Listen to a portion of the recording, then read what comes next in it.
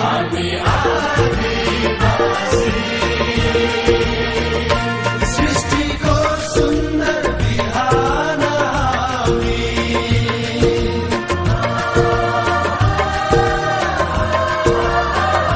सृष्टिको सुन्दर बिहान हामी मानिसको पहिलो पहिचान हामी मानिसको पहिलो पहिचान हामी यो विशाल धरती हाम्रो रचना यो विशाल धरती हाम्रो रचना हेर कहाँ छैन हाम्रो पसिना हेर कहाँ छैन हाम्रो पसिना हामी आदिवासी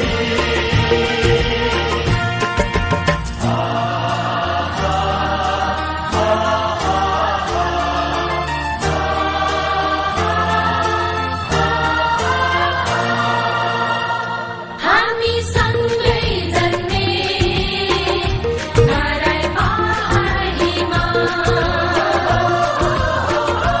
हामी सँगै जन्मे तराई पहाडीमा हामी सँगै हुर्के नदी वन जङ्गल हामी सँगै हुर्के नदी वन जङ्गल हामीलाई पछ्याउँदै गयो मूल बाटो विश्वका आदिवासी जनजातिहरूले आफआफ्नो स्थानीय ठाउँमा आफआफ्नो जिल्लामा आदिवासी जनजाति दिवस हामी मनाइरहेका छौँ। विशेष गरी आज विश्व आदिवासी जनजाति सङ्गठनले बनाएको नारा हामी विश्वभरि नै प्रचार प्रसारको रूपमा पठाइसकेका छौँ। त्यस नारालाई विशेष गरी म उपस्थित रहनुहुने सम्पूर्ण दाजुभाइ तथा दिदीबहिनीहरू समक्ष एकपल्ट यस नारालाई म उद्घोष गर्न चाहन्छु। यस नारा सँगसँगै उपस्थित रहनुहुने सम्पूर्ण जातीय संस्थाबाट पाल्नुहुने आफ्नो वेशभूषाबाट पाल्नुहुने आदरणीय दाजुभाइ तथा दिदीबहिनीहरूलाई यस नारामा समाहित भएर सहभागी भएर नारा लगाइदिनु हुनको लागि हार्दिक आग्रह गर्न चाहन्छु। विश्वका आदिवासी जनजातिहरू एक हौँ, एक 28औं विश्व अन्तर्राष्ट्रिय आदिवासी जनजाति दिवस सफल पारौँ। 28औं विश्व अन्तर्राष्ट्रिय आदिवासी जनजाति दिवस सफल पारौँ।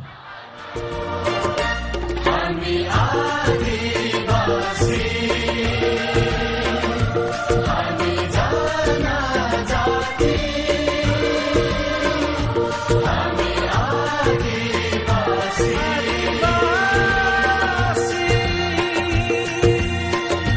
जनजाति हामी आदिवासी सृष्टिको सुन्दर बिहान हामी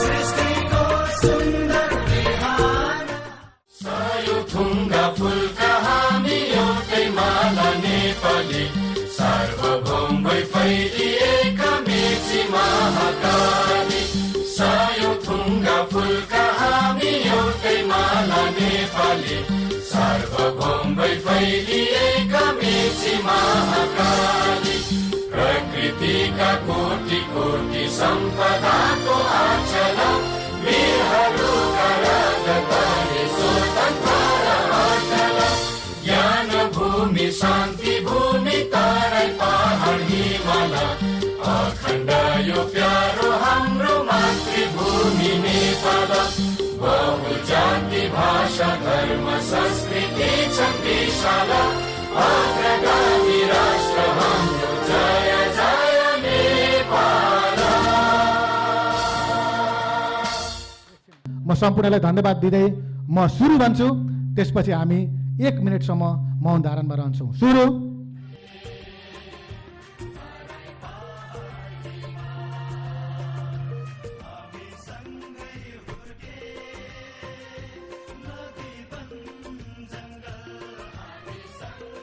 धन्यवाद। उपस्थित विभिन्न जातिबाट पाल्नुहुने आफ्नो वेशभूषामा दिदीबहिनी दाजुभाइहरूलाई संस्थाको तर्फबाट स्वागत जनाइदिनु हुनको लागि, स्वागत मन्तव्य राखिदिनु हुनको लागि यसै संस्थाका कोषाध्यक्ष, व्यवस्थापन समितिका संयोजक अम्बर कुमारज्यूलाई म हार्दिक आग्रह गर्न चाहन्छु। आज जनजातिहरूको जन्मोत्सव उत्सव मनाइरहेका छौँ। हामी आदिवासी जनजातिहरू आदिमकालदेखिको बसोबास गरेको हाम्रो थाक थलो हो भन्छौँ। त्यसै हुनाले हाम्रो थाक थलो, हाम्रो जन्मथलो र आदिवासीको हक अधिकार, आफ्नो भाषा, कल्चर, संस्कृति जगेर्ना रहनुपर्छ र यो जनजाति महासङ्घले ल्याएको निर्देशन यो सम्पूर्ण यहाँ दमकमा आबद्ध रहेर बसेको जनजातिहरूको एउटा छाता सङ्गठन हो। यो छाता सङ्गठनमा रहेर हामीले हाम्रो हक अधिकारको लागि एउटा नेपाल सरकार समक्ष एकामुष्ट हाम्रो अधिकार सुनिश्चित हुनुपर्छ भनेर आवाज उठाइरहँदा अनि हाम्रो संस्कृति, हाम्रो जगेर्ना, हाम्रो कल्चर, हाम्रो वेशभूषा जगेर्ना भएको र हामीले महसुस गरेका छौँ। त्यसै गरी यो विश्व अन्तर्राष्ट्रिय दिवस मनाउनका लागि हामीलाई सहयोग पुर्याउने हुने हाम्रा स्थानीय सरकार, नगरपालिकाको आर्थिक सहयोगबाट हामीले यो विश्व अन्तर्राष्ट्रिय दिवस मनाइरहेका छौँ। त्यस्तै गरी आज आदिवासी जनजातिहरूको हक अधिकार सुनिश्चित हुनुपर्छ, आफ्नो भाषा कल्चर जगेर्ना रहनुपर्छ भनेर हामीले छाता सङ्गठनबाट जुन आवाज उठाइरहेका छौँ। हामी यहाँ आदिवासी जनजातिभित्र लोप भएर गएका, हाम्रा भाषा संस्कृति गुमाएका, हाम्रा कल्चरहरू गुमाएर हामी पछि परेका जातिहरू पनि छौँ र त्यस जातिहरूलाई उठान गर्नको लागि कुनै पनि एउटा कार्यक्रम ल्याउनको लागि एउटा मिटिङ गर्ने हलहरू समेत उपलब्ध गराउन सकिरहेको अवस्था छैन। त्यसै हुनाले जनजाति महासङ्घले दमक नगरमा 9 कट्ठा जग्गा आदरणीय अग्रज जनजाति महासङ्घका पूर्व अध्यक्ष मोहन दिमालजी हुनुहुन्छ, उहाँको अगुवाईमा 9 कट्ठा जग्गा दमक 8 नम्बरमा जोड्न हामी सफल भएका छौँ। आदिवासीको हक अधिकार पाउनुपर्छ भनेर हामी सरकार समक्ष लडिरहन्छौँ। कहिलेसम्म लड्छौँ? मलाई लाग्छ यसपालिदेखि हामीले गठबन्धन सरकारका नेतृत्व पाएका छौँ, नगर पिता पाएका छौँ, केन्द्रसम्म नेतृत्व गर्ने गठबन्धनका प्रधानमन्त्री पाएका छौँ। अब पक्कै पनि यो आदिवासी जनजातिहरूको आवाज स्थानीय सरकारदेखिको लिएर प्रदेश सरकार समक्ष हुँदै केन्द्र सरकारसम्म यो आवाज पुग्नेछ र आदिवासी जनजातिको 9 कट्ठामा सङ्ग्रहालय बन्नेछ भने म यहाँहरूलाई यसै मञ्चबाट विश्वास दिलाउन चाहन्छु। यो आवाज पक्कै पनि सरकार समक्ष पुग्नेछ। स्थानीय सरकारदेखि लिएर प्रदेश सरकार लगायत केन्द्र सरकारसम्म नै यो आवाज पुग्नेछ भन्ने पनि म यसै मञ्चबाट उद्घोष गर्न चाहन्छु। त्यति मात्र होइन, आदरणीय आमा बुवा दाजुभाइ तथा दिदीबहिनीहरू, केही समय अगाडि आदिवासी जनजातिहरूसँग सम्झौता गरी इस रत्तखोला पारी लखनपुरमा आदिवासी जनजाति रङ्गशाला बन्नेछ भनेर आदिवासी जनजातिहरूसँग सम्झौता गरिएको छ। त्यहाँ आदिवासीहरूको 2700 चियान खनिएको छ। त्यहाँ शिलान्यास पनि भएको छ। कार्यान्वयन हुने बेलामा आदिवासी रङ्गशाला होइन, मदन भण्डारी रङ्गशाला बन्नुपर्छ भनेर सरकारद्वारा त्यहाँ बजेट नछुट्याइएको र आदिवासीलाई पछाडि पारिएको मैले महसुस गरेको छु। आदिवासी जनजातिहरूले महसुस गर्नुभएको छ। त्यसो हुनाले आदिवासीको नाउँमा बजेट छुटिँदैन, मदन भण्डारी रङ्गशालाको नाउँमा बजेट छुटिन्छ भन्ने एमाले सरकारका नीति हो भने त्यो नीतिलाई खारेज गरेर अहिले गठबन्धन सरकारको नेतृत्व चलेको छ। यो नेतृत्वले आदिवासी रङ्गशाला नै बन्नुपर्छ भनेर पहल गरियोस्। सम्पूर्ण उपस्थित रहनुहुने दाजुभाइ तथा दिदीबहिनीहरूलाई तालीले गडगहर रूपमा सम्मान जनाउँदै प्रमुख अतिथिलाई यो दियो बालेर विधिवत रूपमा उद्घाटन जनाइदिनु हुनुको लागि पनि म हार्दिक आग्रह गर्न चाहन्छु।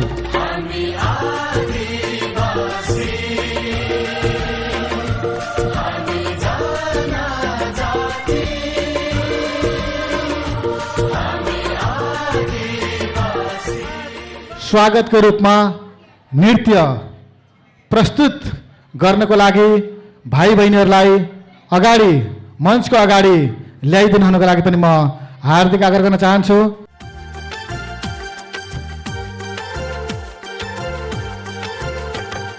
स्वागत करेछु दादा भाइला, स्वागत करेछु भाइ बहिनीला, स्वागत करेछु दादा भाइला, स्वागत करेछु भाइ बहिनीला।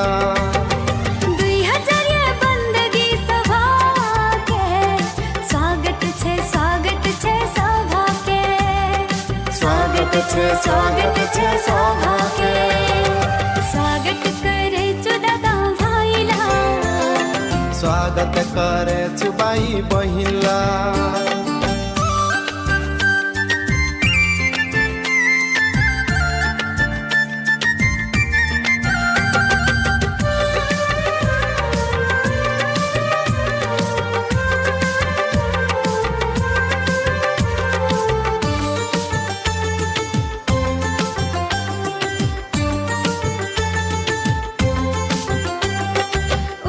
उठ दादा भाइ बहिनीला, फुटिएन है जुटियो उठी कोच बसिला।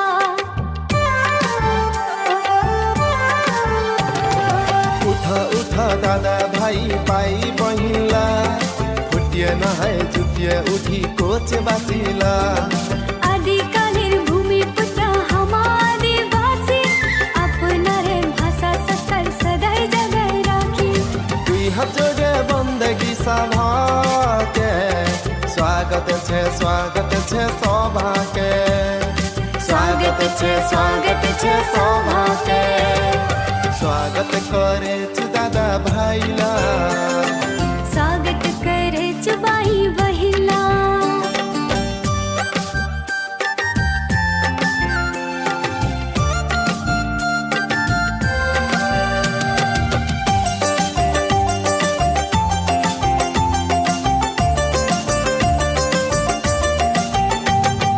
कोच वंशेर वीर हमा अलग छेस, अकुन्दु पीर सय बछै अपनार मान।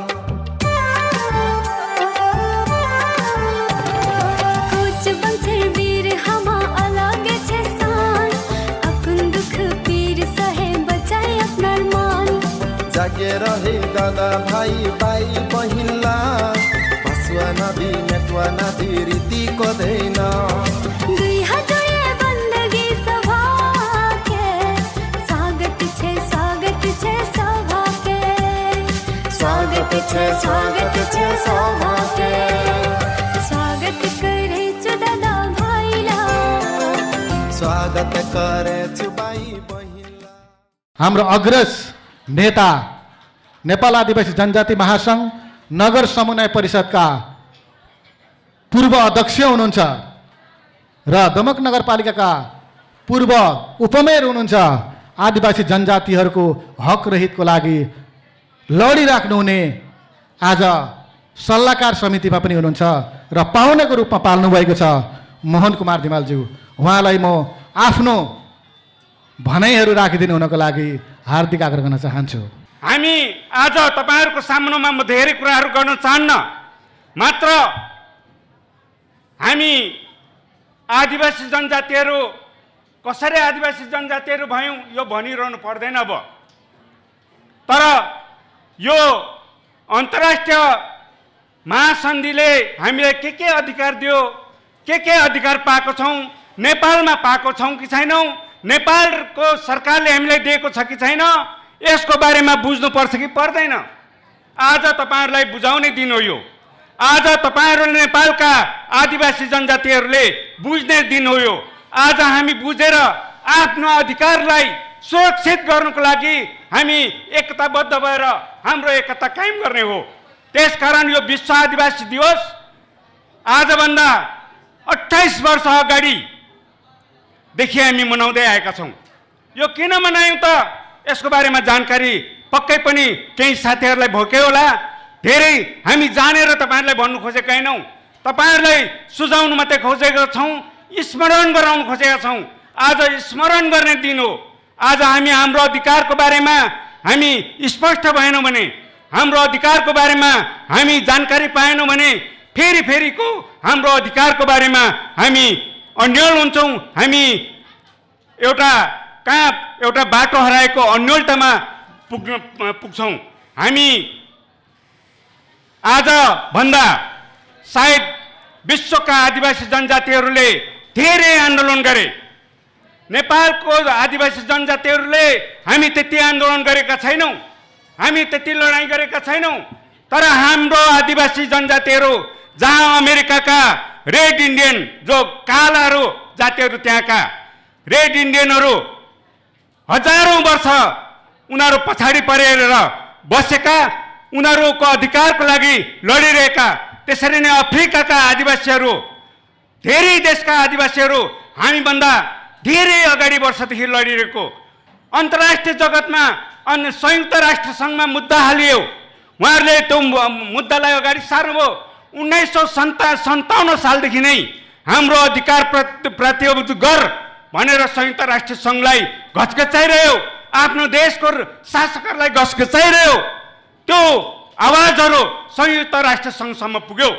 संयुक्त राष्ट्र सङ्घले 1989 सालमा एउटा यो अधिकार अब कहाँबाट लाने त, यो अधिकार कसरी प्रतिबद्ध गर्ने त भन्ने कुराहरूको बहस भएपछि हामी सबै आदिवासी जनजातिहरूलाई नजिकबाट हेरेका त्यहाँका शासकहरूले संयुक्त राष्ट्र सङ्घले के अनुभूति गरे भने आदिवासी जनजातिहरू भनेको खेती किसान गर्ने, जल जमिनको संरक्षण गर्ने, आदिवासी जनजातिहरू भनेको हरेक आफ्नो प्राकृतिक सम्पदाहरूको संरक्षण गर्ने त्यो जातिहरू भनेको श्रमजीवी जाति हो।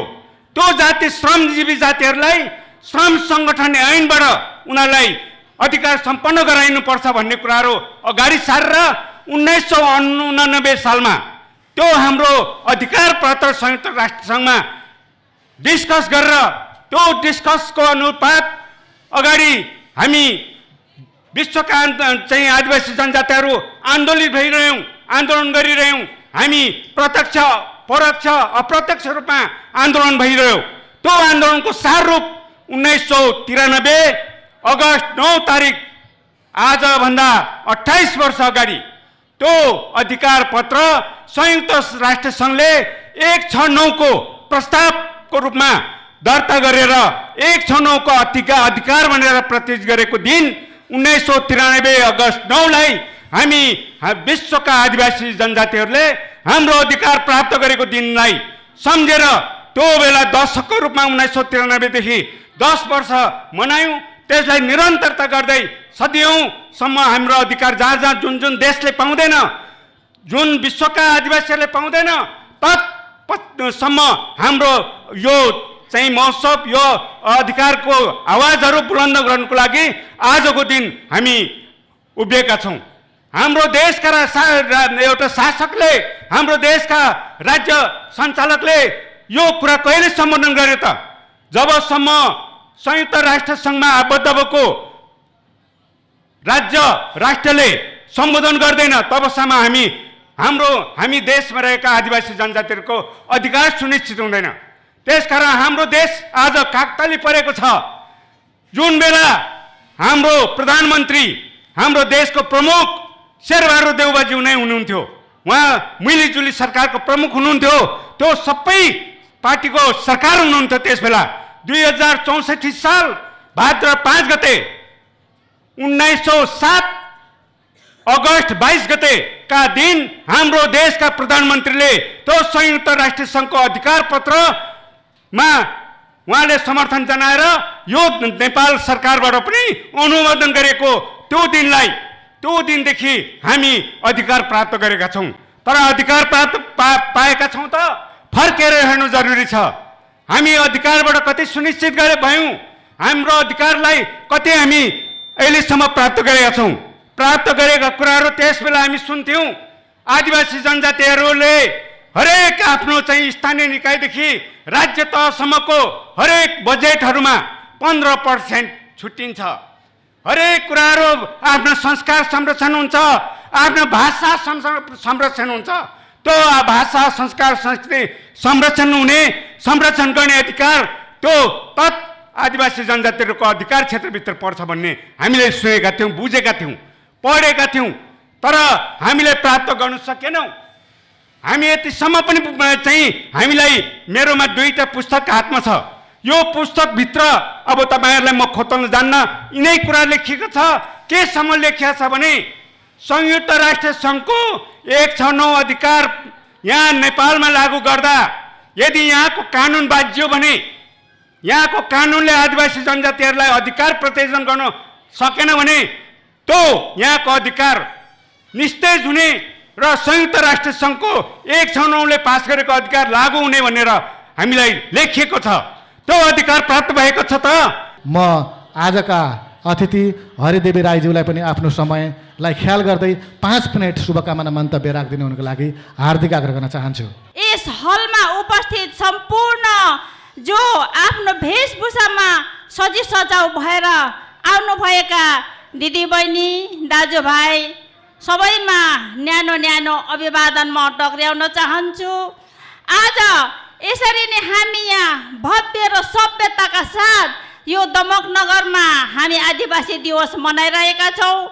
यसरी नै आज संसारभर यो दिवस मनाइरहेका छन्। आफ्ना जाति भाषा आफ्ना संस्कृति झाँकी सहित आज यहाँ सबै मनाएका जस्तै विश्वमा मनाइरहेका छन्।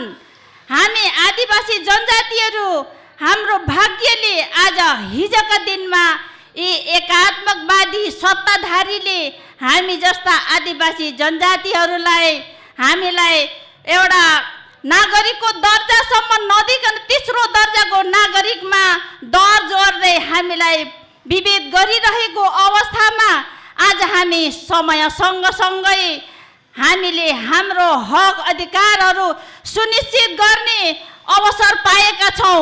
हामीले यसरी नै नत्र भने हामी हिजोका दिनमा को आदिवासी यो एउटा देशको सत्तामा रहने को ठाउँमा हामी एउटा मानव हौँ भन्ने पनि हामीलाई दर्ज भएको थिएन।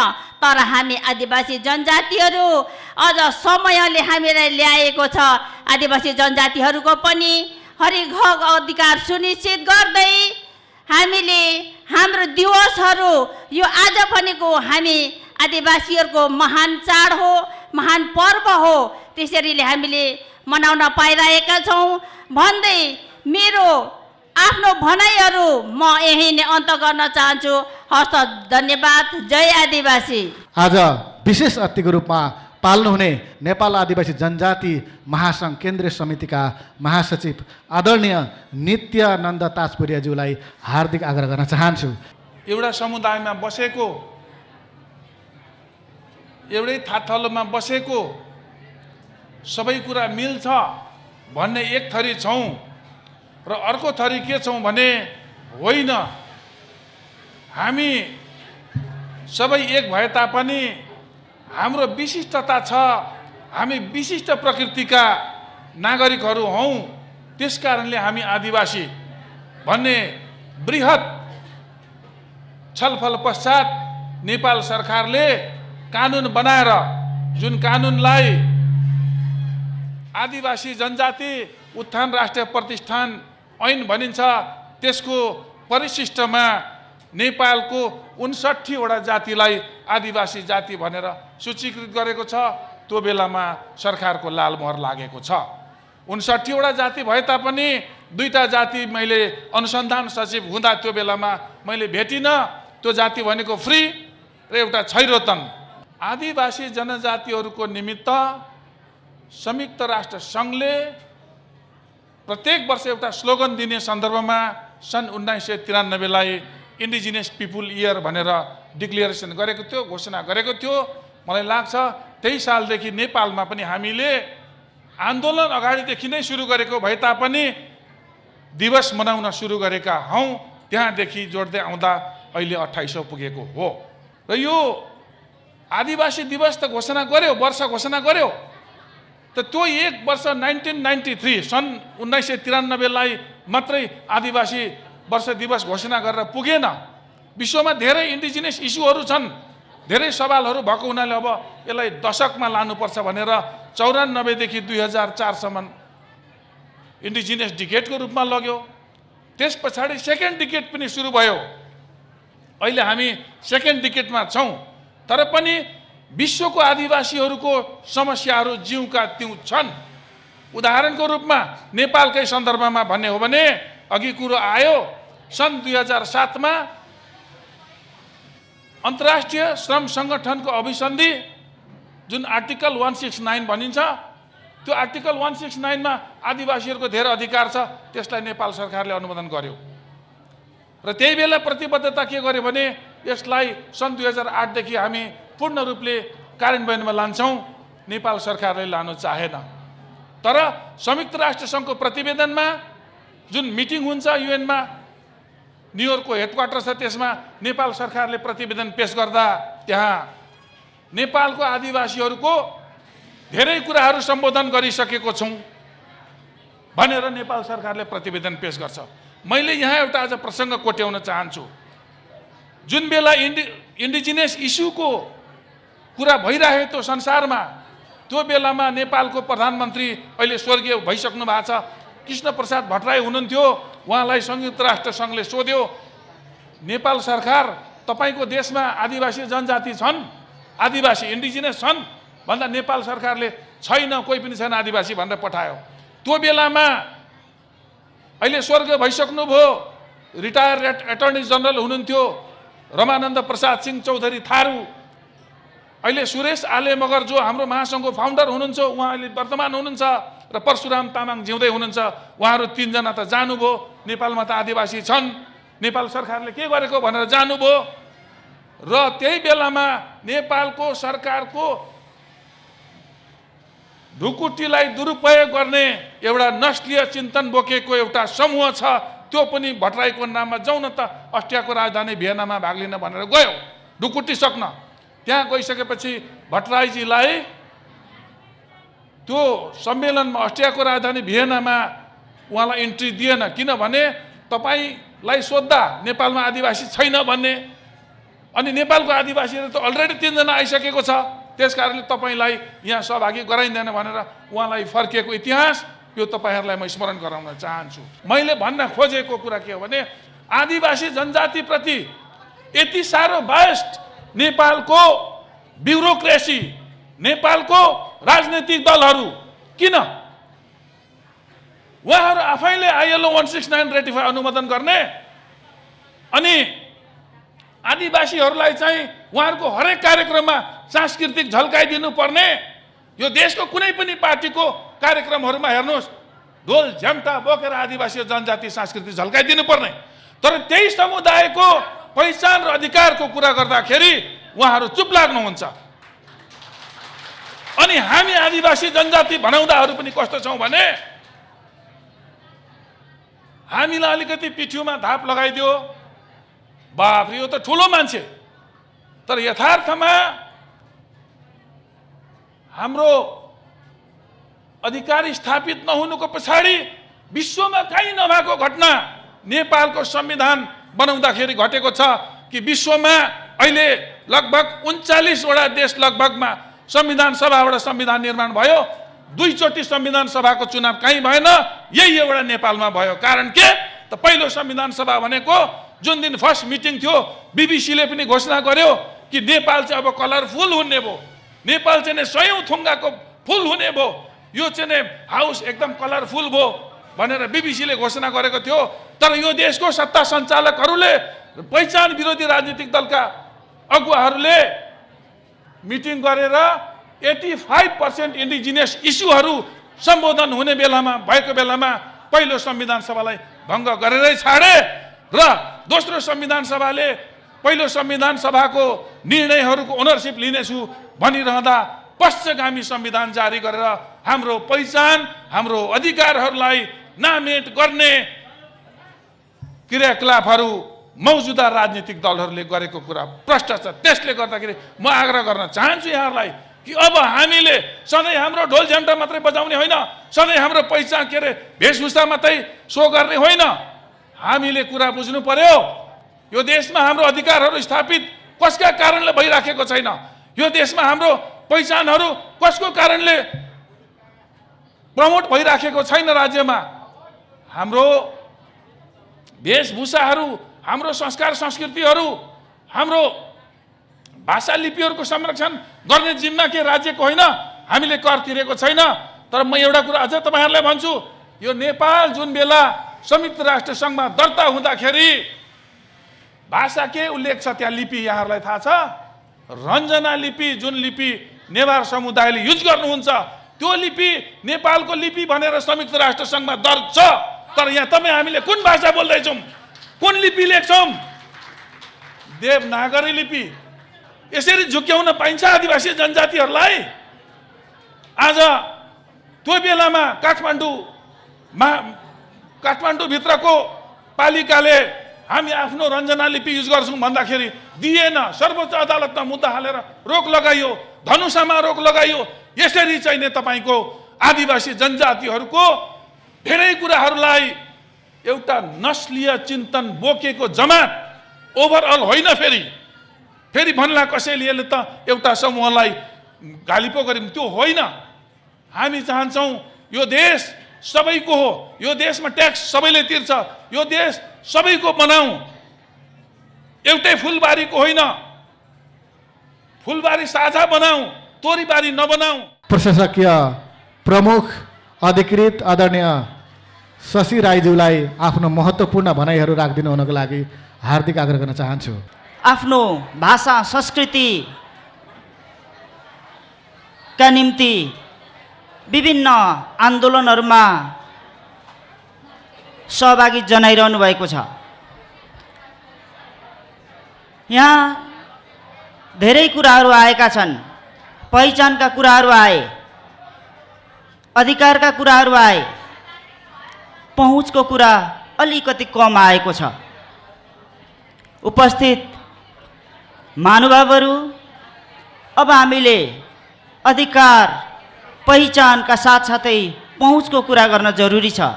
पहुँचका मुद्दालाई उठाउन जरुरी छ। पहुँचको मुद्दा उठाउनका निम्ति हामीले शैक्षिक मुद्दा उठायौँ कि उठाएनौँ? हामी विभिन्न जात जातिको नेतृत्व गरिरहेका छौँ। विभिन्न जात जातिको नेतृत्व विभिन्न ढङ्गले गरिरहेका छौँ। नेपाल आदिवासी जनजाति महासङ्घले ती सम्पूर्ण जात जातिको मुद्दाको नेतृत्व गरिरहेको छ। यद्यपि हामी विभिन्न जात जातिका नेतृत्व गरिरहेका अभियन्ताहरूले पहुँचको मुद्दालाई कतिको चोटिलो ढङ्गले उठाएका छौँ। ती विषयहरूमा आउनु अगाडि हामीले शैक्षिक मुद्दा उठायौँ कि उठाएनौँ? हाम्रा जात जाति, आफ्ना नेतृत्व गरेका जात जातिहरूको बिचमा हामीले शैक्षिक मुद्दा, सामाजिक मुद्दा, आर्थिक मुद्दा उठायौँ कि उठाएनौँ? यी विषयहरू उठ्न जरुरी छ। यदि यी मुद्दाहरूमा हामीले सशक्त ढङ्गले उठान गऱ्यौँ भने हामी आफै राज्यको पहुँचको अगाडि पुग्ने निश्चित छ। म आग्रह गर्न चाहन्छु, यो आदिवासी दिवसको उपलक्ष्यमा तपाईँ हामी सम्पूर्ण आदिवासी जनजातिहरूले यी विषयहरूलाई पनि उठान गर्नुपर्छ। यी विषयहरूप्रति, यी मुद्दाहरूप्रति हामी सजग हुनुपर्छ। अनि मात्र हामी राज्यको अग्रपङ्क्तिमा हाम्रो पहिचान स्थापित गर्न सक्छौँ, पहुँच स्थापित गर्न सक्छौँ भन्ने मलाई लाग्दछ।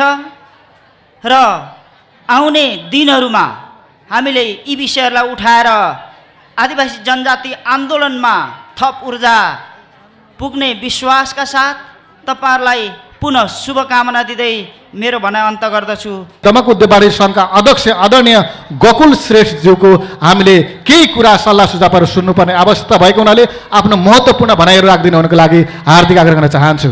हाम्रो छिमेकी मुलुक भारतमा चाहिँ एक आदिवासी महिलालाई एक राष्ट्रपतिको रूपमा राखेर भारतले चाहिँ त्यो चाहिँ सही सुरुवात गरेको छ कि जस्तो आएको छ। हाम्रो जस्तो मुलुकमा चाहिँ अहिले हामीले प्रजातन्त्रको प्राप्ति पछाडि कार्यकारी प्रमुखहरूमा चाहिँ कहिले पनि आदिवासी समुदायको पहुँच उयोको छैनौँ। अहिले जति रहनुभएको छ पूर्व प्रधानमन्त्रीहरू हेर्दाखेरि पनि सबैजना नै कोही पनि अहिले आदिवासी समुदायबाट आदिवासी जनजाति समुदायबाट हुनुहुन्न र केही पनि नेपालमा पनि त्यो बेला आएको छ भन्ने हामीले महसुस गरेका छौँ। र छेउमै भइरहेको आदिवासी जनजाति चाहिँ रङ्गशाला चाहिँ धेरै विवादमा रहेको छ र त्यो नामाकरण त्योबाट किन बन्न सकिरहेको छैन यो कुरा हामी सबैलाई थाहा छ किन भइरहेको छैन भन्ने त्यो महसुस पनि छ सबैलाई लाग्दछ।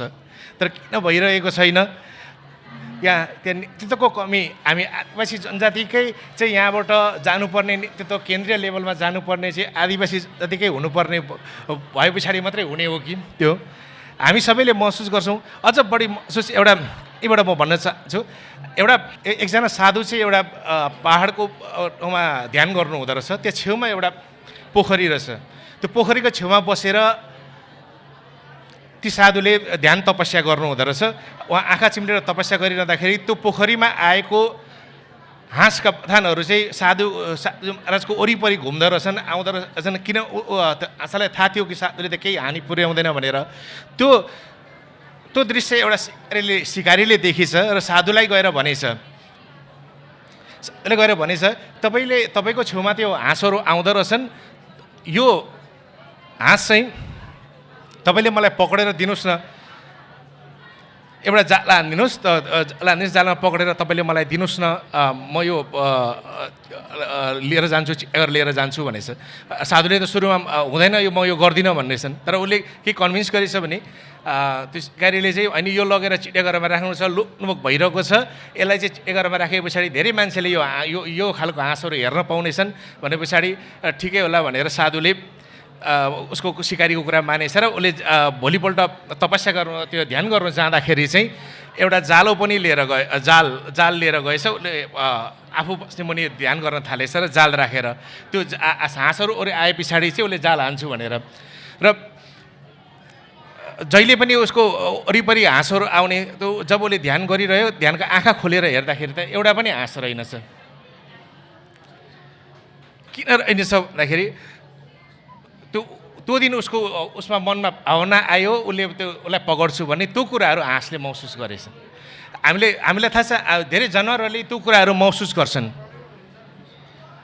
होइन, त्यो कुराहरू महसुस गर्छन्। हामीले भूकम्पको बेला देख्छौँ त्यतिखेर हाम्रो चौपाईहरू निकै हल्ला गरिरहेका हुन्छन्, पानी पर्न आँट्यो भने कमिलाहरू आफ्नो अन्डा सारिरहेको हुन्छन्। त्यो उनीहरू सिक्स सेन्स हुन्छ, त्यो कुरा महसुस गर्न सक्छन्। तर हामी मानिसहरू चाहिँ त्यो कुरा अलिक महसुस गर्न सक्दैनौँ कि सिक्स सेन्स गर्न सक्दैनौँ, महसुस गर्न सक्दैनौँ। हाम्रो आँखा अगाडि भइरहेको कुराहरू हामी देख्न गर्न सक्दैनौँ र हामी आदिवासी जातिहरूले पनि हाम्रो फेभरमा कुन नेतृत्व हाम्रो फेभरमा छन्, हामीलाई कुन नेतृत्वले चाहिँ सहयोग गर्ने खालको छन्, त्यो कुराहरूको महसुस हामीले गर्न सकौँ। आदरणीय सुमित्रा वाङदेल राई दिदीज्यूलाई म आफ्नो शुभकामना मन्तव्य राखिदिनुको लागि हार्दिक आग्रह गर्न चाहन्छु। आज यसरी नै विश्वभरमा आदिवासी दिवस मनाइँदैछ। एउटा हाम्रो लागि एउटा गौरव र खुसीको विषय हो। हामी आदिवासी जनजातिहरू अघि पनि आयो कुरा, पहिचान, प्रतिनिधि र पहुँचको कुराहरू आयो। हामीले आफ्नो अधिकारहरू माग गरिराख्दाखेरि आदिवासी जनजातिहरूको अधिकार माग गरिरहँदाखेरि हामीले आफ्नो पहिचानलाई कसरी कायम राख्ने, कसरी पहुँच पुर्याउने, कसरी आफ्नो सामर्थ्यको चाहिँ विकास गर्ने, अन्तर्राष्ट्रिय श्रम सङ्गठन ILO 169ले प्रदत्त गरेका आदिवासी जनजातिका लागि उपयोगी कानुनका धाराहरूलाई कसरी कार्यान्वयन गर्ने, कसरी सदुपयोग गर्ने, कसरी व्यवस्थापन गर्ने भन्ने कुराहरू हाम्रो सामु चुनौतीको रूपमा उभिएका छन्।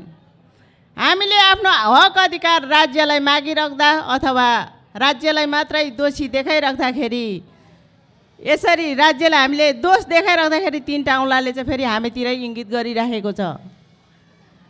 मलाई जहाँसम्म लाग्छ भाषा, संस्कार, संस्कृति, वेशभूषाका कुराहरू राज्यले संरक्षण र सम्वर्धन मात्रै गरिदिने हो र भाषा राज्यले बोलिदिने होइन, हामीले बोल्न पर्यो।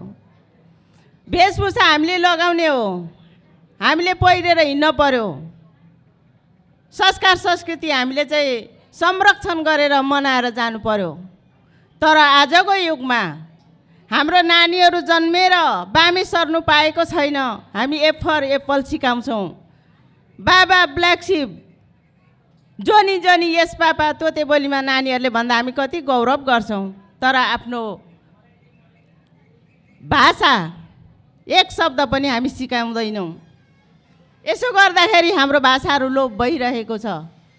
वेशभूषाहरू अहिले 1 पिस 2 पिस 3 पिस के भन्छ त्यतातिर गइसक्यो। पाश्चात्य फेसनमा हामी गइसक्यौँ। यो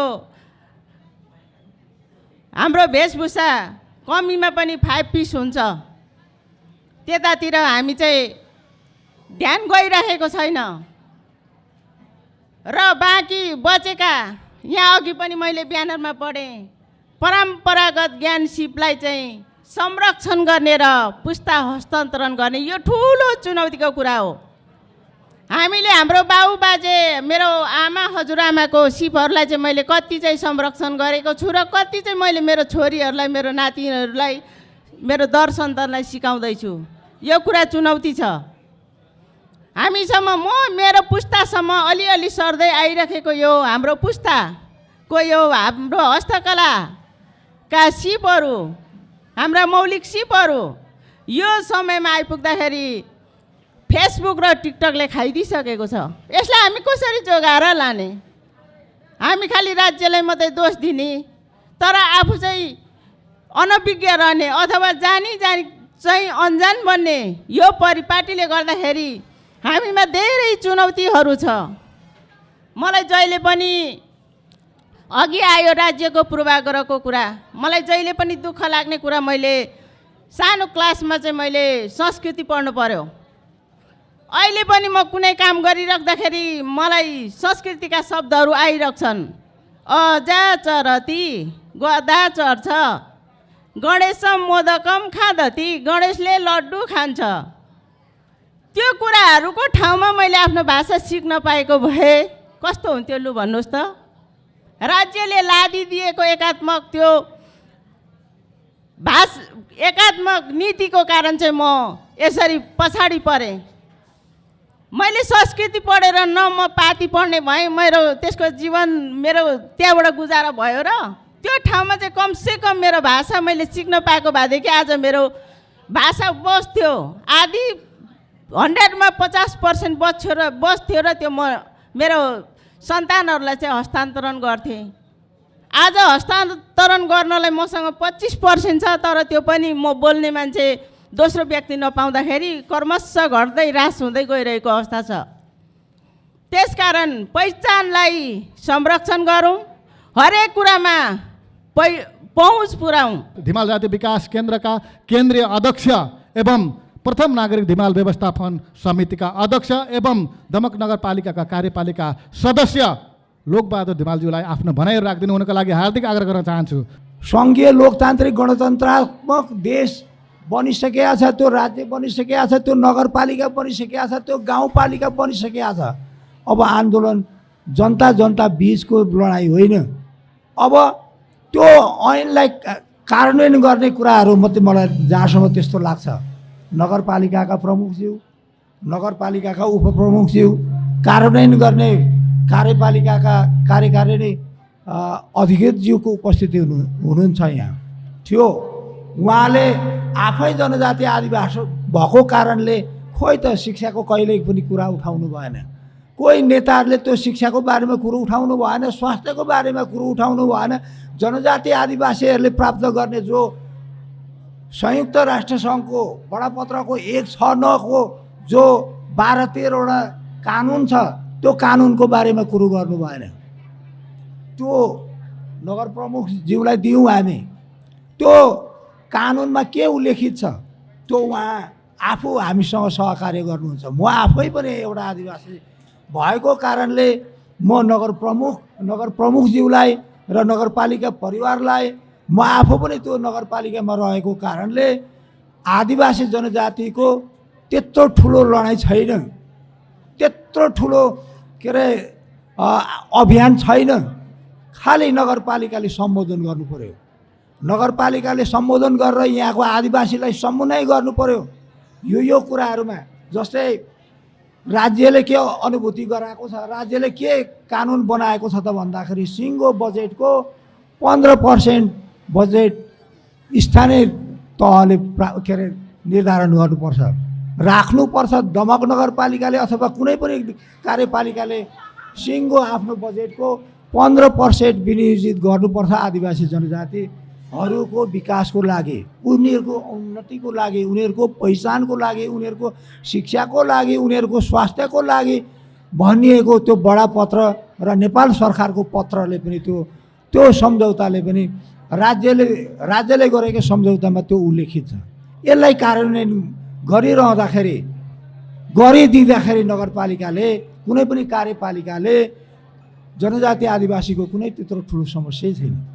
बजेटमा रहेको सिङ्गो 15%ले उनीहरूको स्वास्थ्यको बारेमा, उनीहरूको शिक्षाको बारेमा, उनीहरूको जाति पहिचानको बारेमा, उनीहरूको के अरे सिङ्गो उत्थान र विकासको लागि, स्वास्थ्यको लागि, शिक्षाको लागि सबै क्षेत्रलाई समेट्ने गरी हामी कार्यक्रम बनाउनेछौँ। पालिकाका उपप्रमुख आदरणीय रेगिना भट्टराईज्यूलाई म हार्दिक आग्रह गर्न चाहन्छु। आज तपाईँहरूको यो कार्यक्रमको शुभकामना व्यक्त गर्न चाहन्छु र जनप्रतिनिधि भएको हिसाबले तपाईँहरू जनजाति महासङ्घको आफ्नै एउटा लामो इतिहास छ। आज 28 वर्ष पार गरेको छ। अन्तर्राष्ट्रिय महासङ्घले 1994बाट सुरु गरेको आज विश्वका हरेक देशका हरेक सहरहरूमा आज यो दिवस, यो उत्सव, यो महोत्सव मनाइराख्नु भएको छ।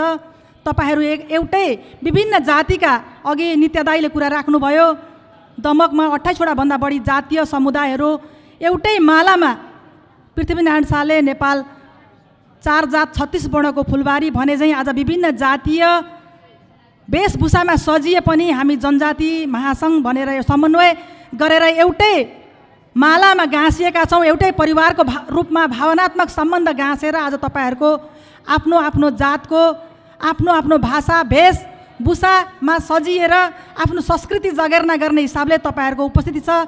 धेरै साथीहरूले आफ्ना सांस्कृतिक कार्यक्रमहरू यहाँहरूले देखाउनु भयो। तपाईँहरूलाई शुभकामना छ। आफ्नो संस्कृति पनि जगेर्ना गर्नुहोला। आज संस्कृति जगेर्ना सँगसँगै आफ्नो भाषाको पनि जगेर्ना गर्नुहोला।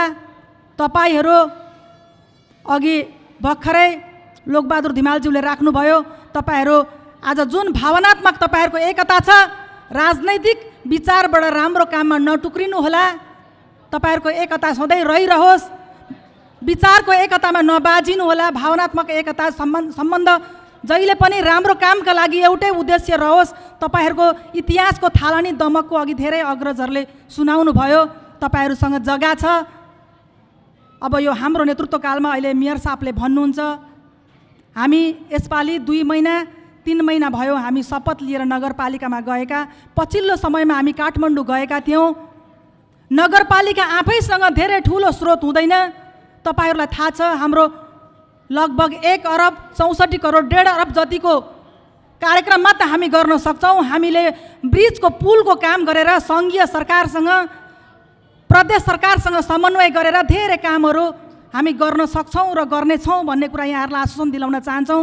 हिजो बजेट सकेपछि मात्र हामी काठमाडौँ गयौँ, केही हामीले आश्वासनहरू लिएर आएका छौँ। तर ठुल्ठुला कार्यक्रमहरू तपाईँहरूको भवन बन्नुपर्छ। दमकमा धेरै सामुदायिकहरू भवनहरू बनेका छन्, तर साथीहरू भवन बनाऊ, आफ्नो संस्कृतिको जगेर्ना गरौँ, तर धेरै पैसा हामीले कन्क्रिटमा खर्च नगरौँ, भवनहरूमा खर्च नगरौँ। पछिल्लो समयको यो 5 वर्षको विकास हाम्रो खालि कन्स्ट्रक्सनको भौतिक पूर्वाधार विकास धेरै भएको छ। हामीले मानवीय विकासलाई जोड दिनुपर्छ। तपाईँहरूले अघि भन्नुभयो, धेरै जनजाति नेता साथीहरूले हाम्रो उपस्थिति, हाम्रो पहुँच कहाँ, कति, कसरी भन्ने कुराहरू आए। अघि बुद्धक माडीसँग अध्यक्षजीले भन्नुभयो, भर्खरै इन्डियाको राष्ट्रपति द्रौपदी मुर्मु हुनुभएको छ। उहाँ एउटा जनजाति परिवारको सामान्यभन्दा सामान्य घरमा एउटा झुपडीमा जन्मिनु भएको, आफ्नो योग्यता र राजनैतिक सामाजिक निरन्तरताको कारणले त्यो उच्च ओहदामा, इन्डिया जस्तो मुलुकको संसारभरि नै गन्न सकिने मुलुकको एउटा जिम्मेवार ओहदामा पुग्नु भएको छ। आज तपाईँहरूको एउटा अन्तर्राष्ट्रिय, तपाईँहरूको आज जनसङ्ख्या अन्तर्राष्ट्रियले विश्वको 6% तपाईँहरूको भूभाग तपाईँहरूले ओगटेको भनेर निकालेको छ। 35% तपाईँहरूको जनसङ्ख्या 35.78 भनेपछि लगभग झन्डै 50 को हाराहारी हो। ठुलो सङ्ख्यामा तपाईँहरूको जनसङ्ख्या छ। साँच्चै प्रदेश नम्बर 1 मा हेर्ने हो भने थुप्रै जातिहरू, राई, लिम्बू, थारू जाति, नेवार जाति, थुप्रै जनजातिका साथीहरूले राम्रो ठाउँमा नेतृत्व गर्नुभएको छ। मैले यहाँ देखेको छु धेरै हाम्रा छोराछोरीले, तपाईँहरूका छोराछोरीले डाक्टर इन्जिनियर भएका छन्, धेरै आइटी पढेका छन्। त्यसले गर्दा हामीले पछिल्लो समयमा अघि धेरै वक्ताहरूले भनिसक्नु भएको छ, शिक्षाको विकासमा जोड दिनुपर्छ। हाम्रा छोराछोरी कोही पनि शिक्षाबाट वञ्चित नहुन्।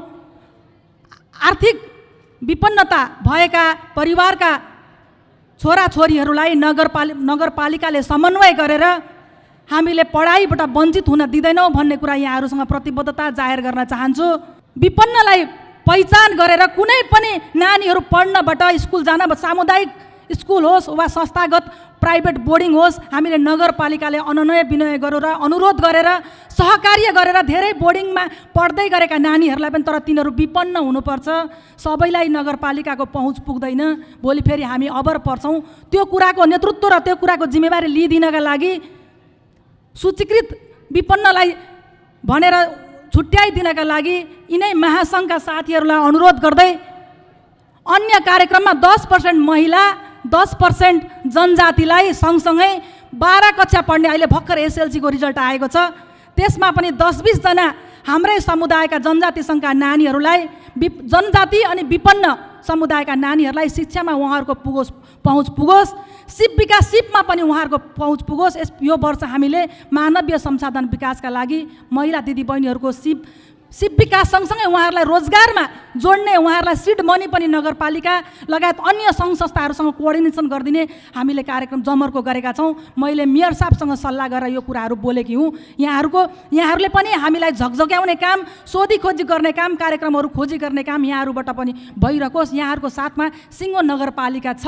यहाँहरूको त्यो 8 कट्ठा 9 कट्ठा जग्गामा एउटा चाहिने र आवश्यक ठिक्क 2 तला घर बनोस् र बन्ने छ, र अरू जग्गा जमिनमा तपाईँहरूले त्यहाँ आवश्यक, त्यहाँ वनभोज खाने, पैसा लिने, त्यहाँ एउटा रमाइलो गर्ने, हामीले यो कार्यक्रमहरू आफ्नो हलमा सामान्य ठुलो लगानी गरेर होइन, धेरै पैसा चाहिँ मानवीय विकासमा कसरी मानिसलाई उसको विकास गरेर पेसामा जोडिदिने, रोजगारमा जोडिदिने कुरामा बढी ध्यान दिएर त्यो भवन बन्न सकोस् भन्दै तपाईँहरूको यो उपस्थितिप्रति हामीलाई अवसर दिनुभयो, तपाईँहरूप्रति आभार व्यक्त गर्दै तपाईँहरूको मत चाहिने कुराका लागि कहिले पनि विभाजित नबनोस् भन्दै तपाईँहरूलाई शुभकामना दिँदै तपाईँहरूको जनजाति आदिवासी रङ्गशालाको लागि पनि प्रदेश सरकारले 1 करोड रुपियाँ बजेट विनियोजन गरेको छ। त्यसको लागि पनि तपाईँहरूलाई शुभकामना भन्दै मेरा कुराहरू यहीँ अन्त्य गर्छु। धन्यवाद, नमस्कार। कार्यक्रममा प्रमुख अतिथिको रूपमा पाल्नुहुने दमक नगरपालिकाका प्रमुख पिता रामकुमार थापाज्यूलाई म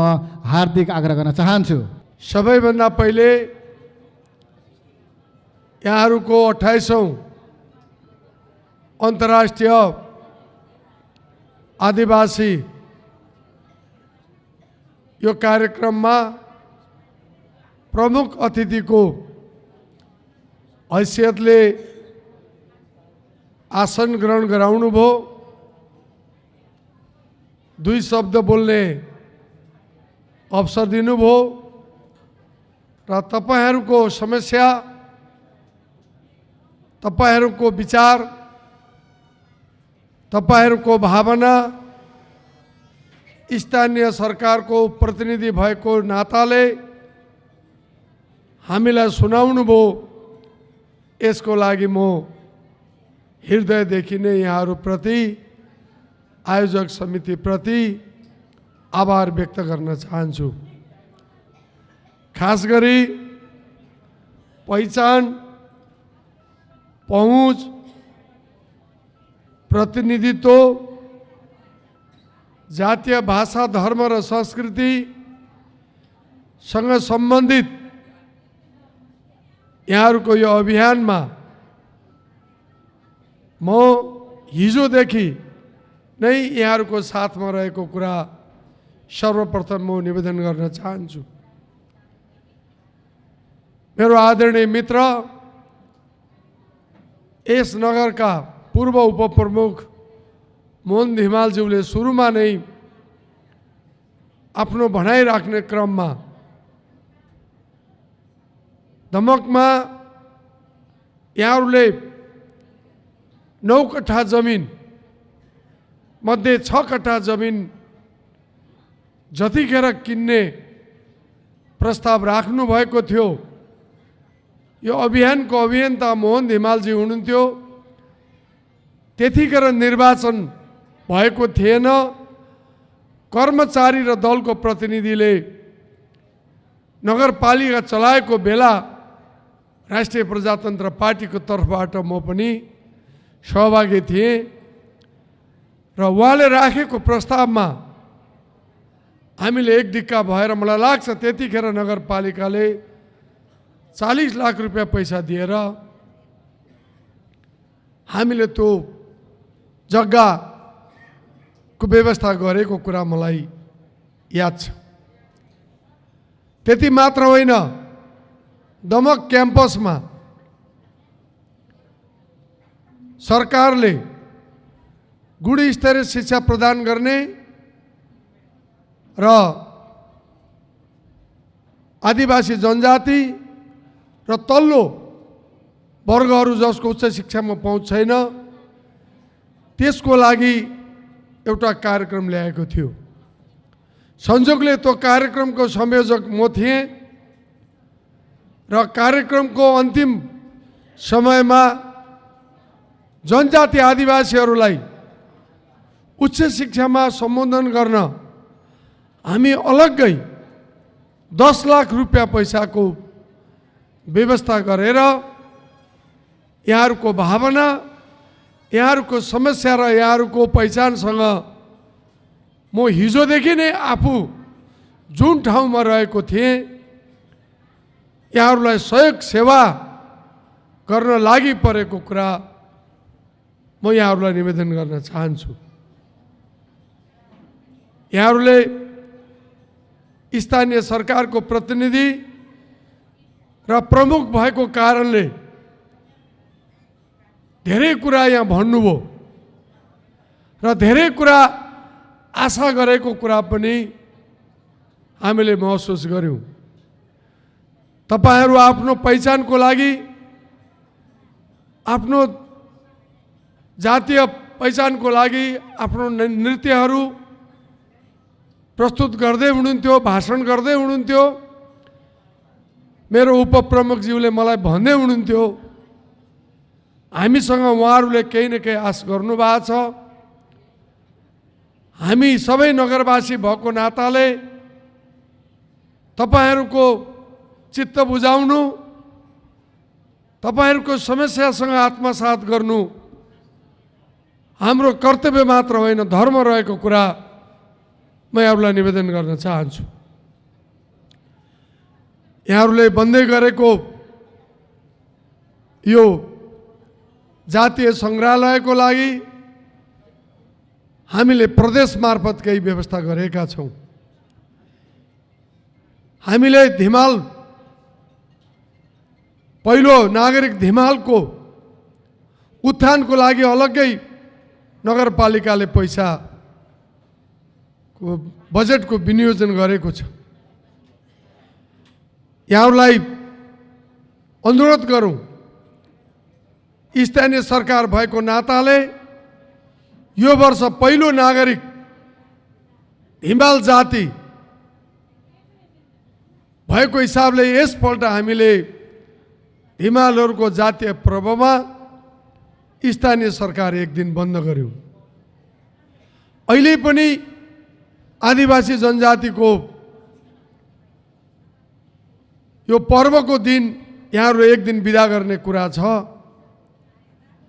आगामी दिनमा अब सबै जातिको सबै पर्वमा एकै दिन बिदा गर्ने हो भने त मलाई लाग्छ तपाईहरू 35-40 वटा अथवा दमकमै पनि 20-22 वटा जातीय सङ्गठनहरू एक हुनुहुन्छ। अब सबैको एक एक दिन जाने हो भने त 1 महिना हुने भयो।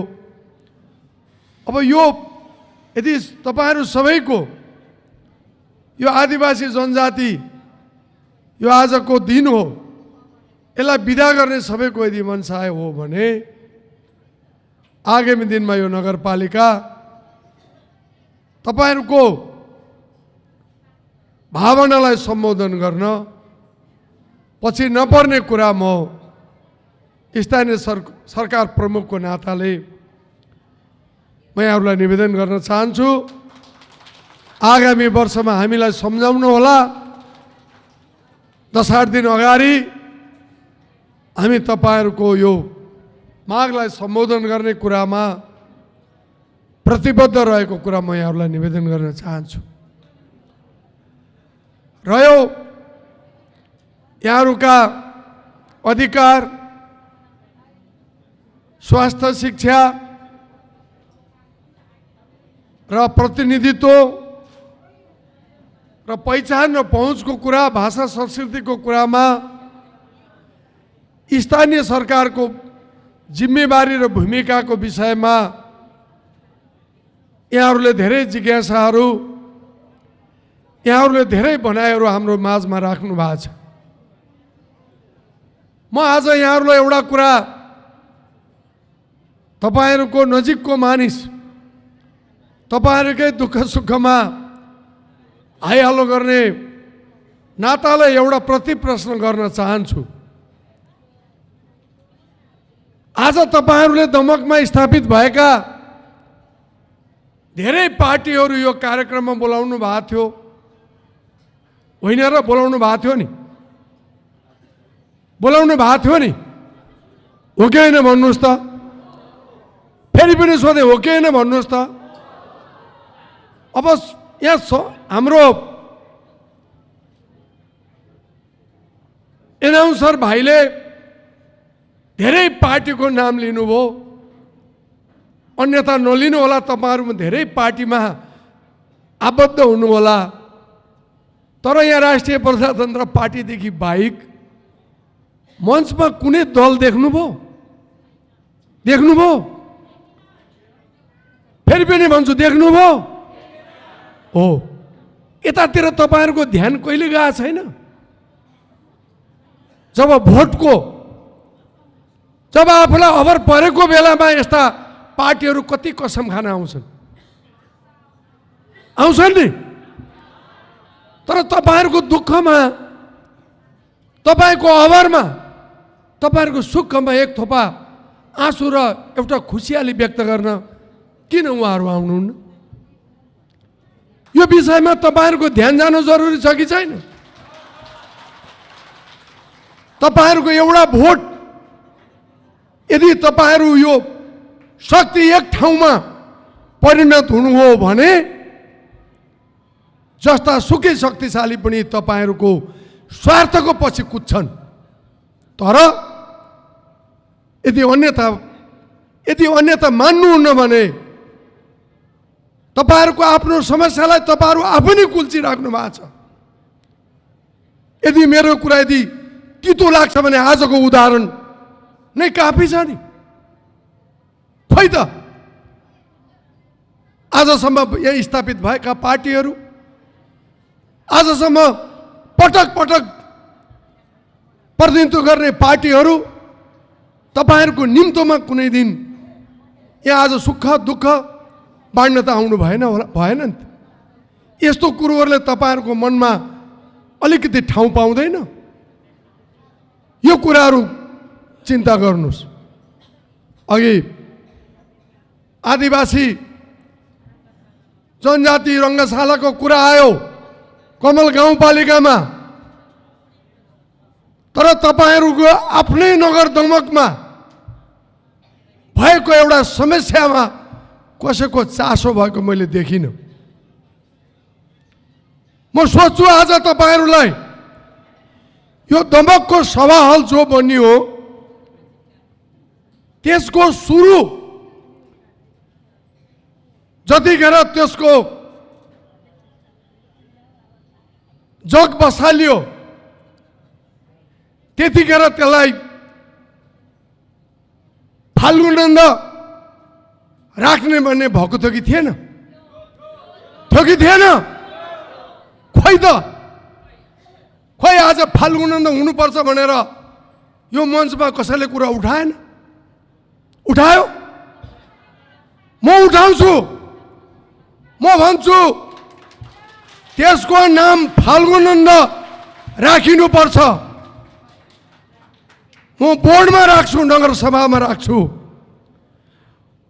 तपाईहरू सम्बन्ध रहेको पार्टीका नेताहरूलाई तपाईहरूले हराएर पठाउनु। यदि त्यो नाम राख्न तपाईहरू सम्बन्ध पार्टीले मानेन भने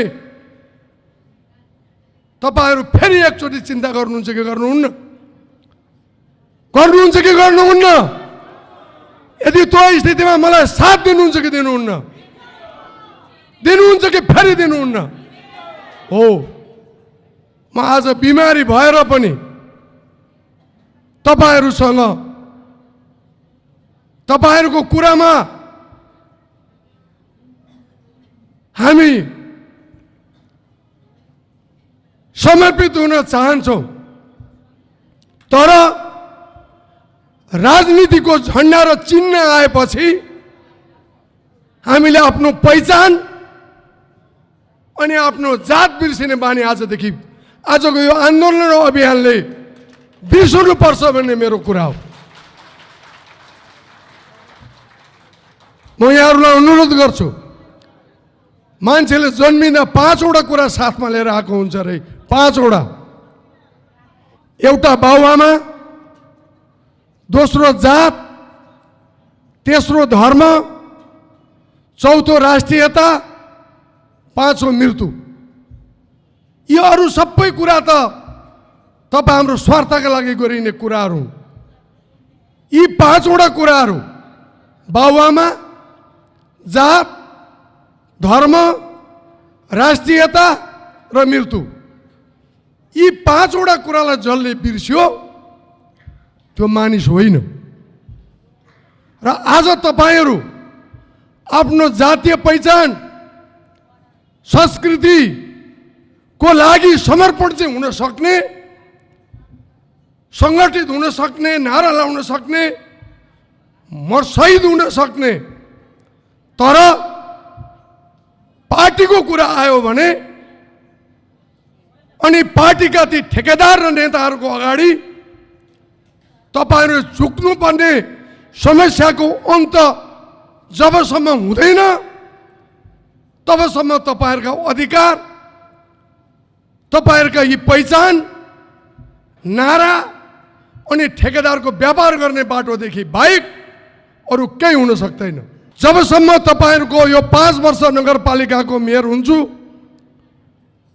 मलाई एउटा पार्टीमा आउनुहोस्, मलाई भोट दिनुहोस् भनेर म कहिले पनि तपाईहरुको सामु गर्दिन, हिजो पनि गरिन। म तपाईहरुको पहिचान, तपाईहरुको जो एउटा अभियान छ आफ्नो भाषा, संस्कृति, धर्म, जातीय कुराहरू यहाँ मैले प्रश्न गरेँ, फेरि पनि यहाँ अघि पहिचान प्रतिनिधित्वको कुरा आए, जागिरका कुराहरू आए। उतो नगरपालिकामा म आउनुभन्दा पहिला 114 जना मान्छे जागिर लाएको रहेछ। कुन जनजाति, कुन धिमाल, कुन प्रथम नागरिक हौ, कुन राई, कसले पायो? धिमालले पायो त आफ्नै बुहारी, आफ्नै भान्जो। यो तपाईहरु ठुलो ठुलो बसेर हेरिराख्नु भएको छैन? यस्ता साना कुरा जो आफ्नो जीवनको हरेक समयमा अर्थ लाग्ने कुराहरू हुन्छन्, यस्ता कुरामा गम्भीर रहन पनि म नगरवासी दाजुभाइ तथा दिदीबहिनीलाई अनुरोध गर्छु। हामीले यसपालि एउटा अठोट बोकेर आएका छौँ। तपाईहरु हामीलाई साथ दिनुहोस्। हामी दमकमा केही प्रगति गरेर चाहन्छौँ। यहाँ पार्टी स्थापित गर्ने अनि एउटा काम गर्दाखेरि मेरो पार्टीमा आउँछस् आउँदैनस्, भोट हाल्छस् हाल्दैनस् भन्ने प्रतिबद्धता गरेर हामी काम पनि गर्दैनौँ। त्यस्तो काम गर्ने शैली र परम्परालाई अन्त गरेर छोड्छौँ। तपाईहरु मलाई साथ दिनुहोस्। तपाईहरुले साथ दिनुपर्छ निष्पक्ष रूपमा। अब हामीले यस्ता पार्टीलाई, एउटा अफसरलाई आफ्नो स्वार्थको लागि, आफ्नो पार्टीका लागि मात्रै प्रयोग गर्ने परम्परालाई जबसम्म अन्त गर्दैनौँ नि, तबसम्म हाम्रो समस्या गरिब गरिब नै हुने, धनी टाटा बाटा पहुँच हुने मान्छेको मात्रै रजगज हुने स्थिति कहिले पनि अन्त हुँदैन। कहिले अन्त हुँदैन। तपाईहरुको म अगुवा भएर अघि भन्नुभयो नगर पिता भएपछि कसले भोट हालो हालेन, को पार्टीमा छ छैन म त हेर्दिन। त्यस्तो प्रवृत्ति राख्ने मान्छेको लागि म एउटा काल भएर उभिन्छु भन्ने कुरा बुझ्न पनि मेरो अनुरोध छ। हामीले बजेटमा गरिब निमुखाहरू आजसम्म जसले काम गरेर खान पाएको छैनन्, त्यस्ता 300 परिवारको 1000 मानिसलाई हामी महिने पछि खाने व्यवस्था गरेका छौँ। गरिब निमुखाहरू जो 3500 रुपियाँ पैसा वर्षमा तिर्न नसकेर सरकारले दिएको स्वास्थ्य बिमा प्रयोग गर्न सकिरहेका छैनन्, त्यस्ता 1000 मानिसलाई हामी स्वास्थ्य बिमा गर्दैछौँ। हामी बोर्डिङमा पढाउन नसक्ने जो आदिवासी जनजाति गरिब निमुखाहरूका छोराछोरी सामुदायिक विद्यालयमा पढ्नुहुन्छ, हामी विशेष किसिमको गुणस्तरीय शिक्षा प्रदान गर्न विशेष कार्यक्रम लिएर कुनै पनि मास्टर राजनीतिको पदबाट मुक्त भएर सेवा गर्नुपर्छ भन्ने अभियानमा लागेका छौँ। तपाईहरुले हामीलाई साथ दिनुपर्छ। हामीले गरिब ठेला रिक्सा मजदुरहरूलाई लाग्ने कर मिना गरेको कुरा तपाईहरुले बुझेको छ। को गरिब, को तल्लो वर्गको मानिसको प्रतिनिधि रहेछ, को त्यस्ता गरिब निमुखाहरूलाई दास बनाएर भोट मात्रै लिँदा रहेछन् भन्ने कुराको उदाहरण गएको पूर्वाधार विकास कर मिनाले नै पर्याप्त छैन र? त्यस्ता बहादुरहरू हिजो आफू बस्दा अबर पारेर कर लिने, आज हामी पुगेको महिना दिन हुँदा कर छुट हामीले गर्यौं। जस फलानाले पाउँछ कि, जस फलाना समुदायले लिन्छ कि भन्ने अभिप्रायले अभर पारेर अप्ठ्यारो पारेर जहिले पनि आफू मात्रै हालिमुहाली, जहिले मात्रै आफू षड्यन्त्र गरेर अघि बढ्नुपर्ने,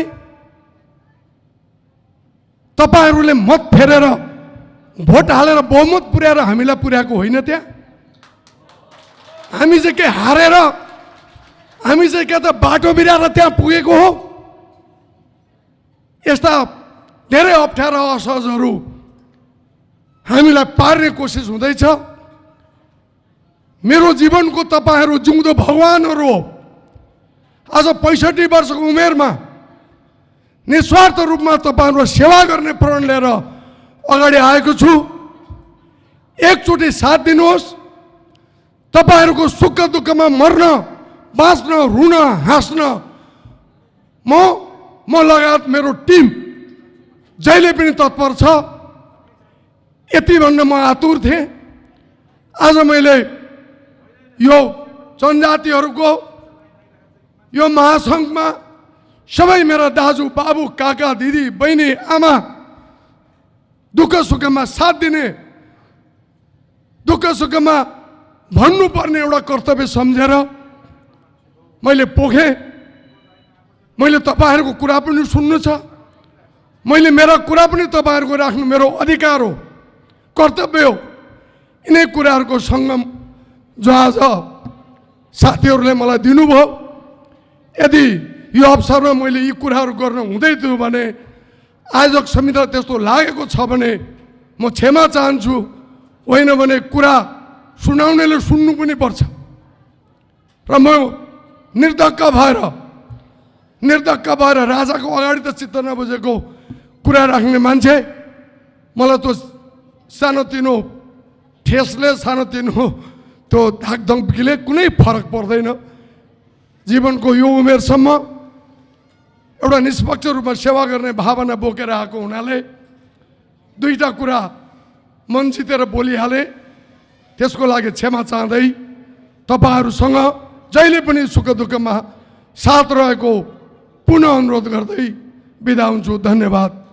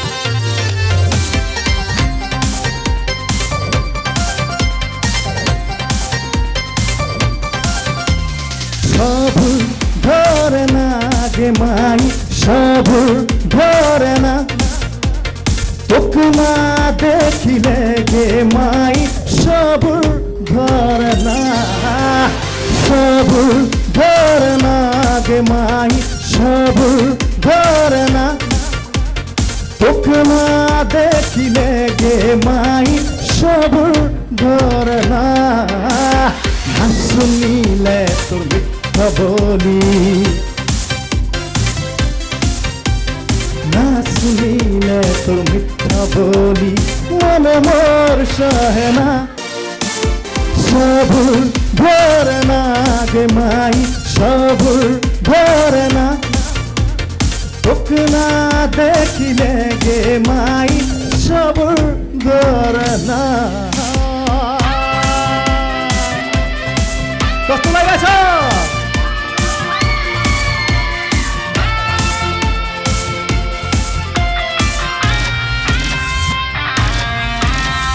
কি হয়েছে মুখ আজ গালি সদাই খাছু বাপার গালি কি হয়েছে মুখ আজ গালি সদাই খাছু বাপার গালি মন্দ প্রীতের বান লাগিছে মন্দ প্রীতের বান লাগিছে মন মোর সহনা সবুর ধরে না গে মাই সবুর ধরে না তোকে না দেখিলে গে মাই সবুর ধরে না